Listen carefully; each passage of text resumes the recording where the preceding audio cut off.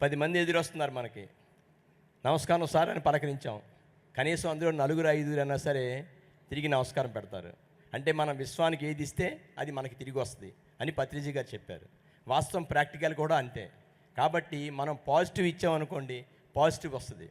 తర్వాత రకరకాల స్థితుల్లో మానవ జన్మలు తీసుకుంటాం మనం. తమో గుణంలో కొన్ని జన్మలు, రజోగుణంలో కొన్ని జన్మలు, సత్వగుణంలో కొన్ని జన్మలు, శుద్ధ సాత్విక గుణంలో కొన్ని జన్మలు తీసుకుంటాం. ఆ గుణాలని బట్టే ఆయా వ్యక్తి ప్రవర్తిస్తూ ఉంటాడు. 5వ క్లాస్ చదివిన వ్యక్తి పిల్లలు 5వ క్లాస్లా ప్రవర్తిస్తారు. 10th క్లాస్ మెచ్యూర్డ్ అయిన వాడు 10th క్లాస్లా ప్రవర్తిస్తాడు.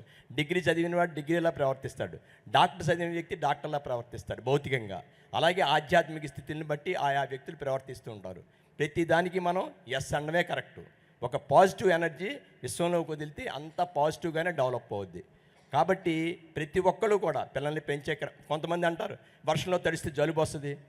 జలుబు ఏమీ రాదు, వర్షంలో తడిస్తే చాలా మంచిదని పత్రిజీ గారు చెప్పారు. అంటే ఇవన్నీ నెగిటివ్ ఫీలింగ్స్ ఎవరికో ఒకళ్ళు వచ్చిన దాన్ని అక్క లేకుండా ప్రచారాలు జరుగుతూ ఉంటాయి. ఆరోగ్యం మీద రకరకాల ప్రచారాలు, దుష్ప్రచారాలు.